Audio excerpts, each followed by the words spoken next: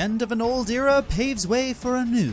Now that we're through discussing the various blunders of the video game industry, it's time for a new ongoing countdown series. This time around, our list will be centered around the one obstacle that really pushes a player's ability to the limit: the bosses. Whether at the end of a certain level or even during the game's grand finale, the bosses are usually the ultimate test to see how much you've grown over the amount of time you've been playing. Some of them can be really amazing, and others are probably better left forgotten. So to really kick off the new genre, we'll be starting with a highlight of the titles that I feel have some of the best bosses. I won't be basing my picks off of one sole boss alone, but by how well each game utilizes all, or at least the majority, of their major brawlers. This includes, but is not limited to, each boss's difficulty, creativity, and just overall how much fun it is to strike them down.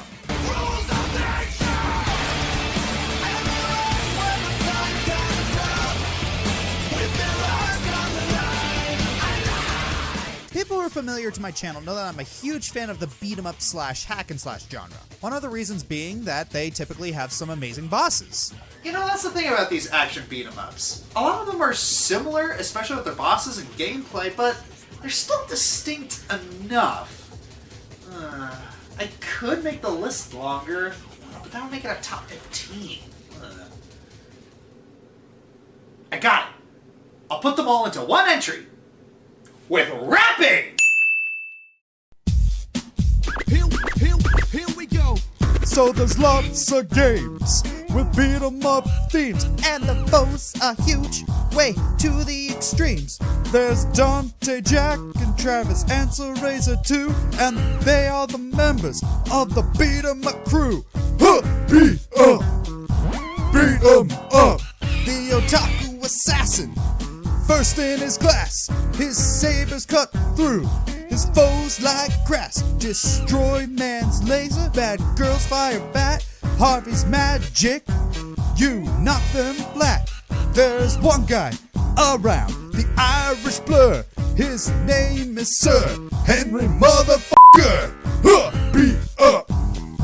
Beat 'em up, beat up. The beat 'em up crew. This witch got style, she has a witch time. What she does to foes might be war crimes. John and Balder and the four angels come. They all die when the hair demon is done. And at the end, the goddess descends.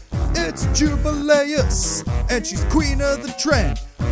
Beat 'em up. It has no color, it has no chill. This game is a bloody thrill. A German with turbines for arms, 2 Jedi ripoffs, and Ellis's charms. Black Baron, he comes out pimpin'. This crazy game has gory killing. Beat 'em up, beat up. The beat 'em up crew. Dante's back, and he's here to rock. Dancing with a demon block. Triple head dog and ice and a weird clown. Lady and Nevon will tear you down. The main man is the silver-haired brother. Virgil's moves will make you cry, mother. Beat 'em up. Come on, Hagar, take it to the ring.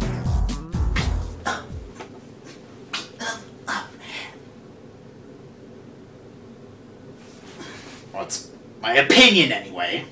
Man, the musical numbers have really gone downhill since we've been on break.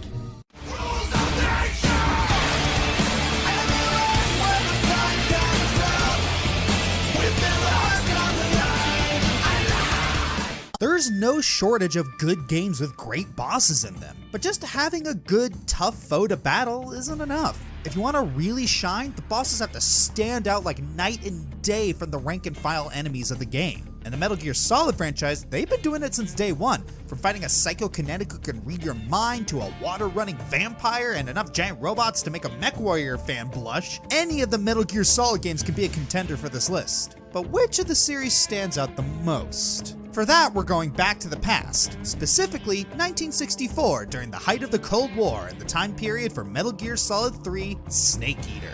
In this game, most of the bosses are members of a formal special ops group, the Cobra Unit, a group of specialists that apparently were majorly responsible for some of the biggest victories in World War II, all operating within the shadows. Each member of the Cobra Unit is not only a unique boss battle, but also a puzzle. What might work on one will definitely not work on the other, and if you try going in guns blazing, gonna have a bad time. For example, when facing off against the Pain, a guy who uses bees as a weapon, said bees also live inside him and he can shoot them out of his mouth at you. Oh, hi, nightmares for the next week. He also uses his bees as armor, so most of your weapons, minus explosives, won't do much damage to him. So you could try dodging his bee missiles and attacking when his bee armor runs out, or you could try throwing enough explosives and napalm at it till it dies. A method I approve of 100%. Or you could use a little bit of logic. What do beekeepers use to pacify bees when they need to do work on the hive? Smoke, of course. And you just so happen to have smoke grenades. Take that, bees. The other bosses are no slouch in complexity either, from the fear setting up enough traps to make a rogue in your D&D party nervous, to the end, which gave us one of the most intense stealth sniping segments of any game ever, to the Fury, which is a Russian cosmonaut with a jetpack and a flamethrower. Why is that not a metal album cover? But by far, the boss that will challenge you the most is, well, the boss. Being Snake's mentor, she knows all your moves and how to counter them. Try sneaking around here, she will move erratically and rarely leave her rear exposed. Go for a gunfight? Good luck, she has a machine gun with no need to reload. Okay, well, how about CQC? She is literally the mother of CQC, so you better bring your A game to that fight, boy. And the entire fight has a time limit too, so chop chop. There are other great bosses too, but the Cobra Unit specifically stands out so much because of just how unique they are. And I don't just mean their crazy/cool designs either. Each boss requires you to adapt to their strengths and weaknesses if you want to get through it alive. That, coupled with their unique mannerisms and most of them chewing the scenery with their lines, makes the Cobra Unit one great group of bosses. Oh, and Vulcan is okay too, I guess. Who's afraid of a little thunder?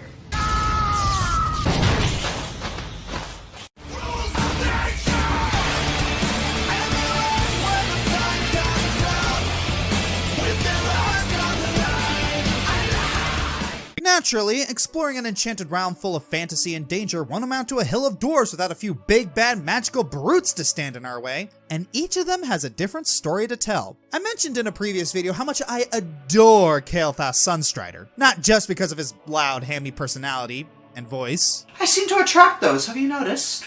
but because of his mastery of both fire and fell magic. And as a bonus, he has a really tragic backstory about wanting to do right for his species, but a few misguided deals put him in a bad light. If he can't cure his kind of their magic addictions, he'll see the world burn through dark magic, all in the name of justice for his people.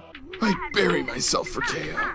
Then there's Kil'jaeden, one of the big bad demon lords of the Burning Legion. He aims to recruit more and more members into his party, and with his immense size and shadowy abilities, it'll take a miracle to cut him down to size. You can't say he isn't influential either. He was able to bring Illidan's Storm Rage over to the dark side and turn him into an almost deadlier foe to tangle with thanks to his devastating melee attacks. And to really add to his resume, Kil'jaeden created one of the franchise's most iconic baddies, something that even he'd soon regret. The Lich King. No matter who dons the crown, the result is always the same. A ghoulish, cryptic presence, razor-sharp swordsmanship, and command over the powers and forces of the undead. The worst part is that even after one king falls, another can rise in his place after donning the cursed helm, and it's only going to continue until someone finally smashes the dang thing. Oh. As you can see, the real appeal of WoW's bosses is not only the strength each one carries, but because of what they contribute to the lore of the franchise, each one almost as compelling as the last. The only real issue is you kinda need a lot of time, and a lot of backup if you want to stand a chance against any of these guys. So if you try to fly solo, if we crunch the numbers, we're looking at an 80% chance that you will all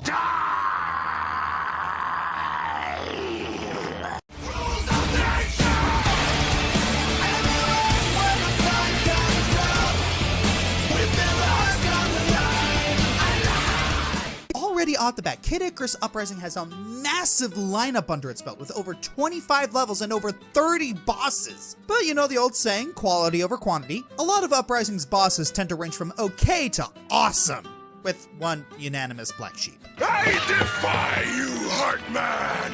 Short, sweet, and to the point, Hades' heart is stupidly difficult, and the fight amounts to nothing in the grand scheme. There's a reason why it's universally hated. While there's obviously no love for Hades' heart, the battles with Hades himself? Spot on! In addition to his hammy one-liners, the Lord of the Underworld keeps you on your toes for multiple stages at the final duel. He constantly evolves his form and tosses everything he can at you each time while you test the limits of your great sacred treasure. That and just having the big bad Hades be a sarcastic ham sandwich was a really fun touch. Hey, work for Disney. Another obvious contender for one of the best bosses in the game is Dark Pit, basically your own personal Shadow the Hedgehog. The whole level is basically you fighting yourself as he's got you matched move for move in a wide open space, both on land and in the air. Adding to it, every now and again you get a piece of funny banter between two sides of the same coin and really get a taste of what makes Pit's doppelganger such a great character. Aside from our previously mentioned twosome, there's also Thanatos, who balances extremely goofy personality with shape-shifting adaptability, Palutena with the tragic irony of having to battle your closest ally, and Pyron, who can't hear us over all this awesome! Overall, what helps Uprising's roster is not just the quantity, but how a majority of them are just fun, enticing characters on their own that each bring something new to the table. Or at least the ones with an actual skeletal system do.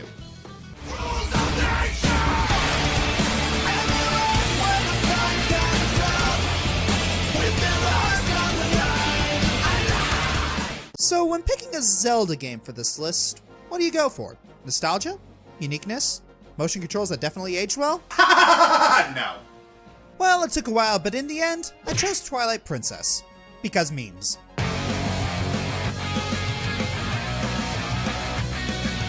Okay, the actual reason is that Twilight Princess's bosses are super wild and insane. The first dungeon boss, Diababa, can be beaten by launching bombs at his head using a Gale boomerang, and you're being helped by a baboon that likes slapping his butt.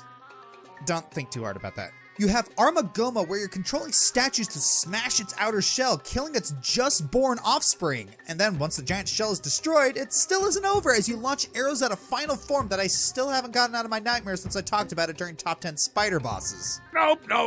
The land of 10,000 nopes. And let's not forget the craziness known as Zant, the big bad who teleports you all around Hyrule, mimicking the bosses you fought and testing all of the items you used up to this point. All of it comes ahead when you fight him in a sword duel that gets crazier and faster the longer it goes and the more damage he takes. The mini bosses are all over the place too. I don't think there have been more intense fights against Darknuts in the other games. The duels with King Bulbin could eat away at your health or launch you off a bridge. A giant toad, a sumo match over a giant lava pit, and a giant phantom called Death Sword.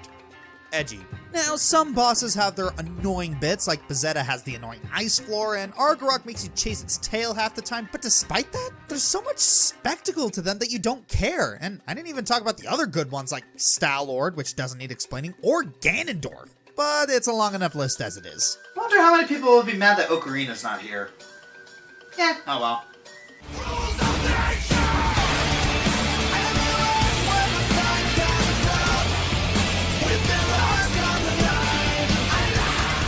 Now, here's an entry I don't believe I've ever talked about before, but I think everyone knows him. But just in case, let me introduce him. My friend and yours, Paper Mario. Specifically, today we'll be looking at Paper Mario: The Thousand Year Door. While the original did have some pretty decent boss fights, it just can't compete with the consistent levels of awesome Thousand Year Door puts out. You have the ever-energetic and egotistical Rockhawk who turns aerial attacks into a wrestling match. There's also the sneaky and conniving Duplist who can shapeshift into anyone or anything.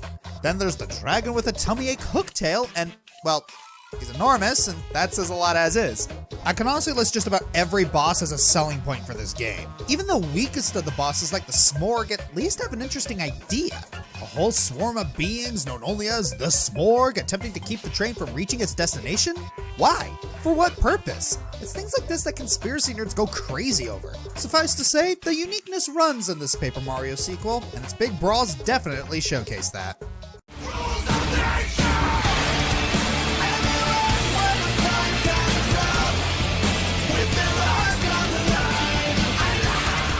The only thing crazier than an anime video game? A video game trying to be an anime.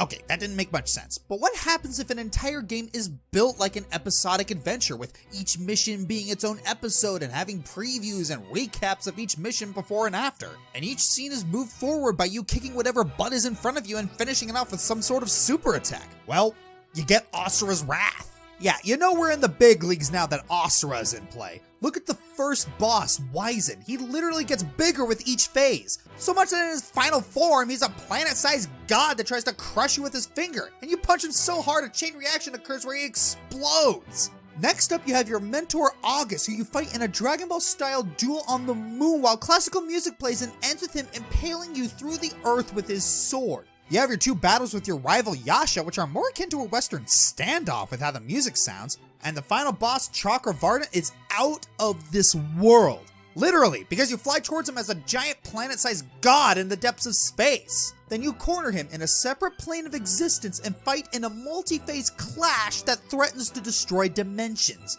So, pretty much every other fight in this game. While most of the other games on this list have a whole parade of bosses, Asura's Wrath only has a handful, but what it lacks in quantity, it makes up in sheer quality, with each boss stretching the limits of craziness. From a minor god to the actual creator, and at one point, Asura himself. Yasha was playable then. This game is so freaking good.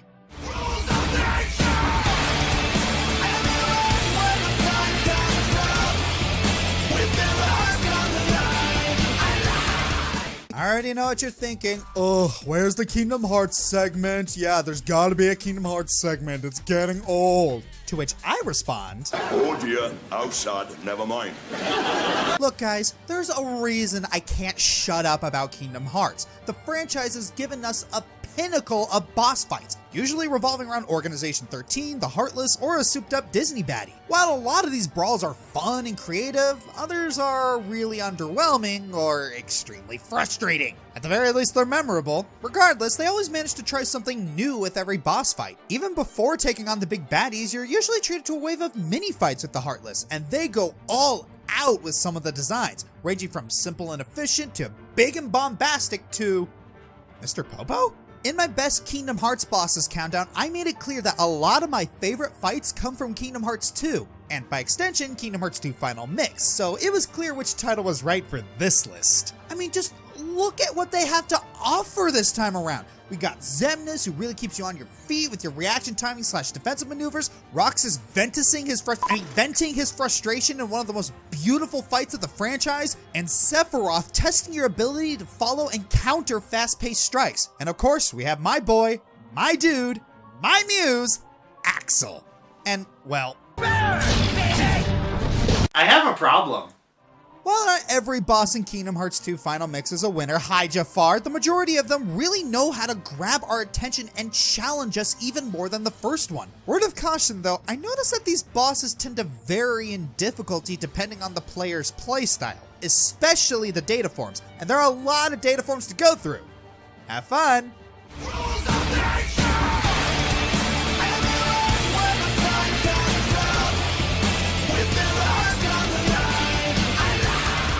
If there's one game that's both been a critical darling and bane of every internet goer, it's Undertale. There was a time where you could barely take 2 steps without running into Undertale or an Undertale meme. This is for good reason, but the one we're here to talk about today is the boss battles. Every boss battle isn't just a joy to play, but a joy to listen to.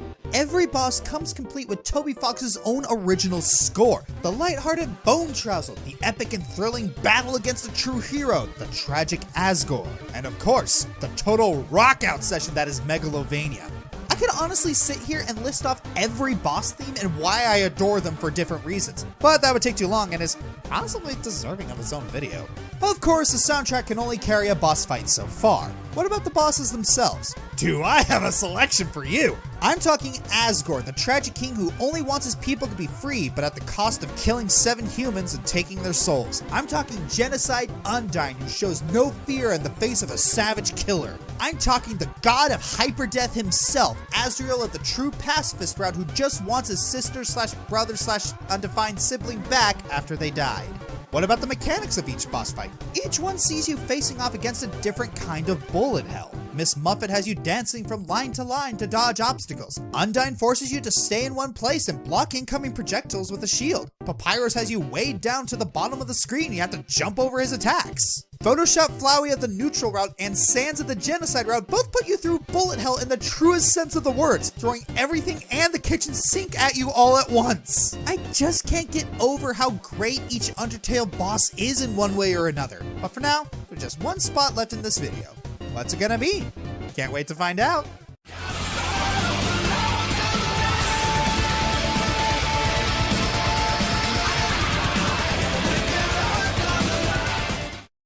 Every game on this list had to have 3 things when I and my crew were working on it. How are the bosses unique?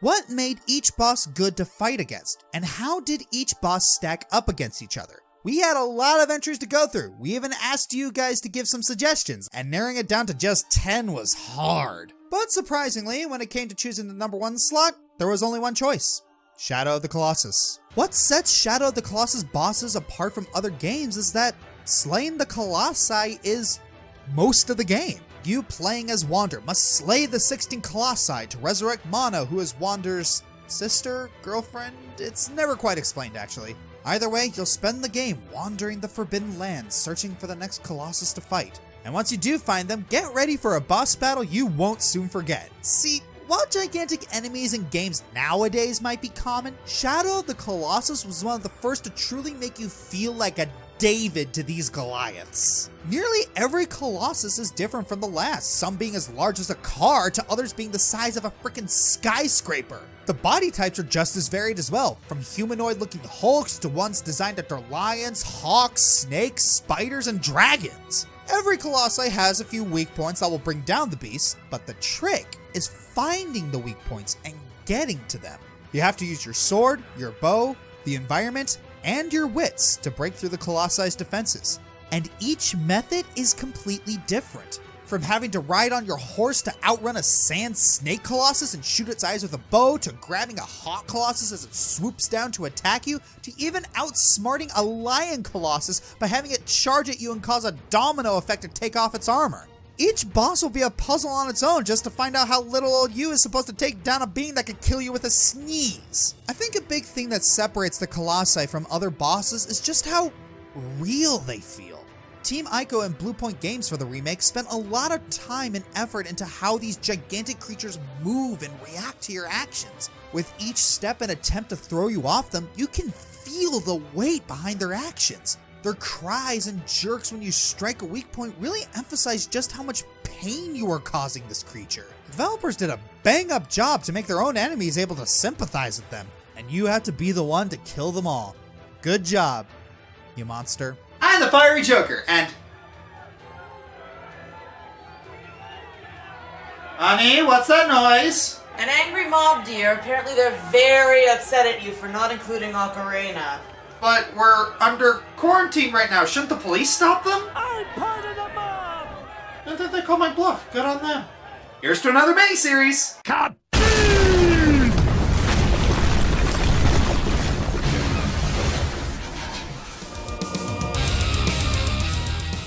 Hey everyone, this is Josh. If you like this video, please like, subscribe, leave a comment, and share the video around. Please check out my other social media like my Twitter, Twitch, and Tumblr. And consider checking below the video and donating to my Patreon, Streamlabs for my merchandise, or becoming a YouTube member, and you'll get rewards like this. Our name shoutouts come from Mizra D. Fox, Misty Phantom, and Sonic Cody.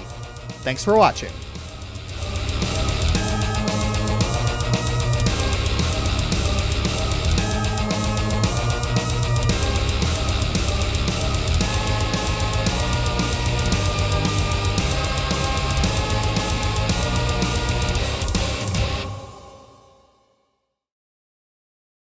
That is not social distancing.